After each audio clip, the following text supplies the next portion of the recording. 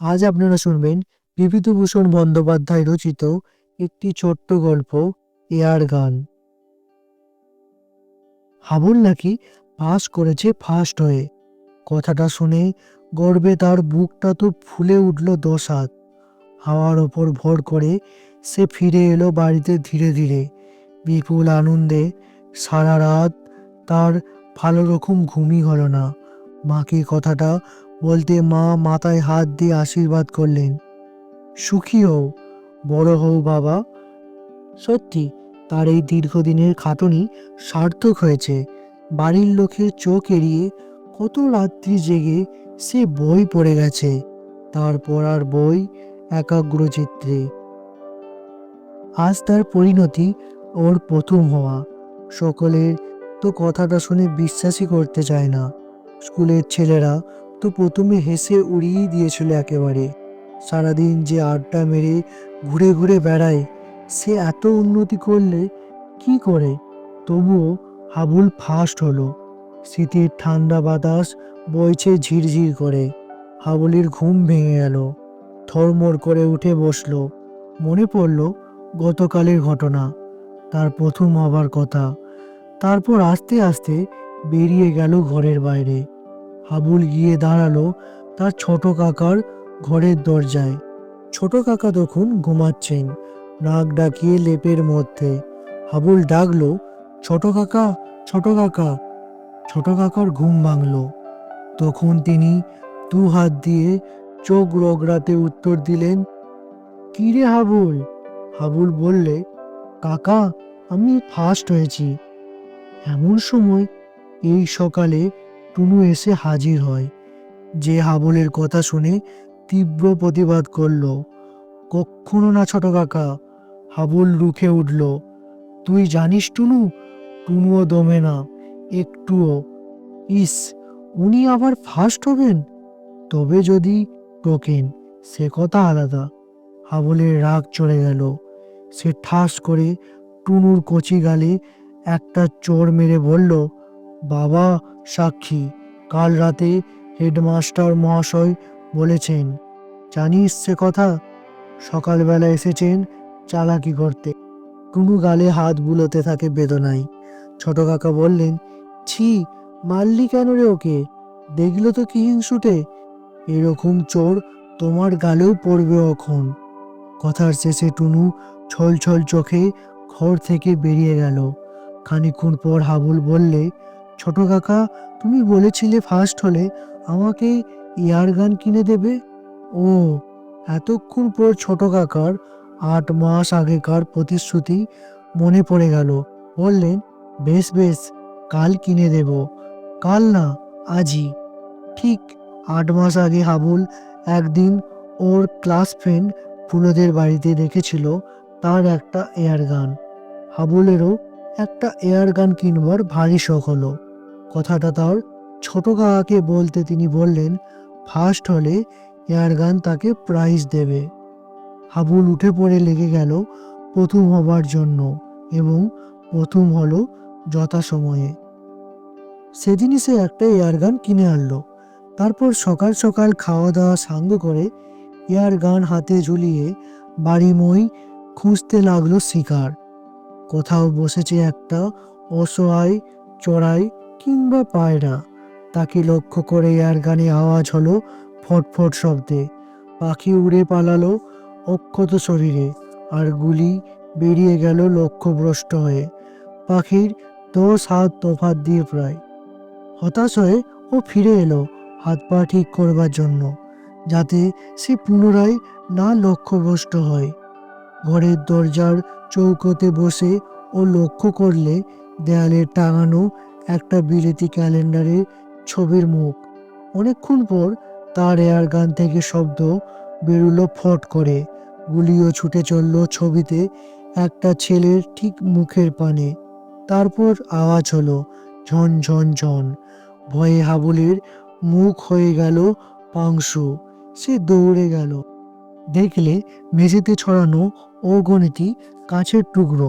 আস্তে আস্তে ক্যালেন্ডারটা তুলে ধরে দেখল দেয়ালে কালী ঠাকুরের একখানা পট ফ্রেম দিয়ে মুড়ে কাঁচ দিয়ে ঢাকা ছবিখানাকে ক্যালেন্ডারটা ঢেকেছিল এতক্ষণ। লোহার গুলির ঘায়ে ভঙ্গুর কাঁচি গেছে একেবারে টুকরো টুকরো হয়ে। বুকের ভেতরটা তার ছ্যাঁত করে উঠল আতঙ্কে। চোখের সামনে লোক লোক করতে কালী ঠাকুরের দীর্ঘজীব। ভয়ে ও ভাবনায় সে মুষড়ে রইল অনেকক্ষণ। তারপর আস্তে আস্তে পরিষ্কার করে ফেলল কাঁচগুলো। মা জানলে তো এক্ষুনি রসাতল করে ফেলবেন।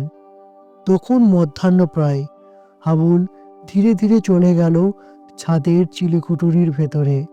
সেখান থেকে লক্ষ্য করলে পাশের বাড়ির আঙিনায় বসা একটা কাক।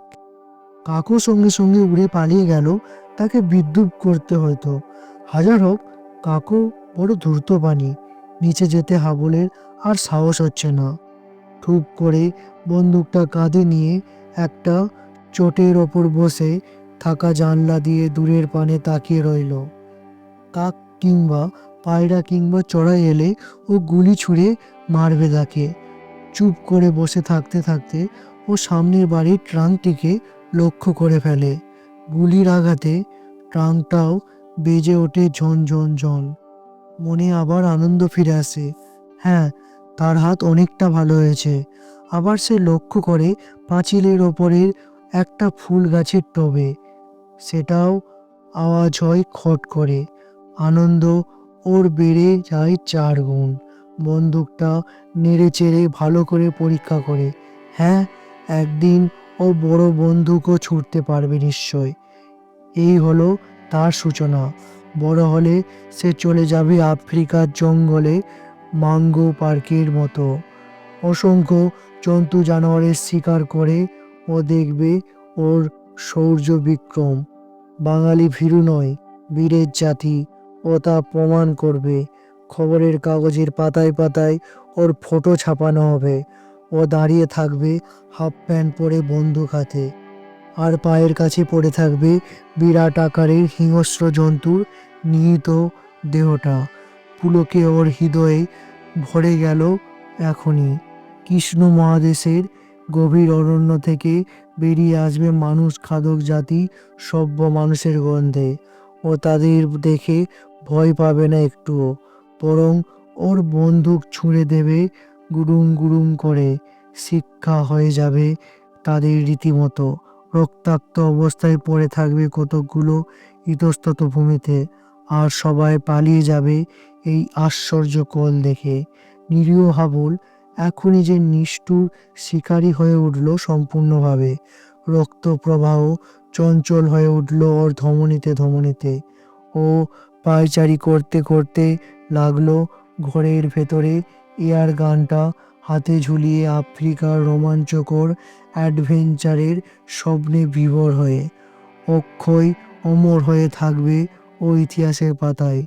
নেপোলিয়ান কিংবা নেলসনের চেয়েও কোনো অংশে কম নয়।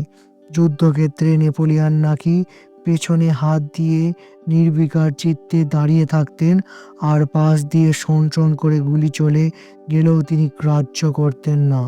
ঠিক সেই ভঙ্গিমায়, সেই স্বর্গীয় বীরের অনুকরণে ও দাঁড়িয়ে রইল ঘরের মধ্যে জানলার পানে মুখ করে।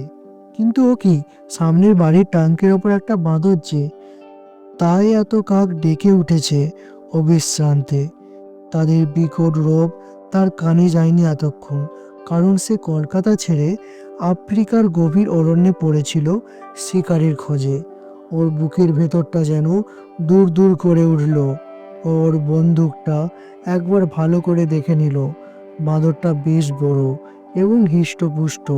আর ওদিকে বাঁদরটা ঝুপ করে হাবুলের ঘরের দরজার কাছে এসে উপস্থিত হলো। বীর পুরুষের কাঁপুনি শুরু হলো। রীতিমতো হাঁটুতে হাঁটুতে ঠোকাঠুকি লেগে যায়।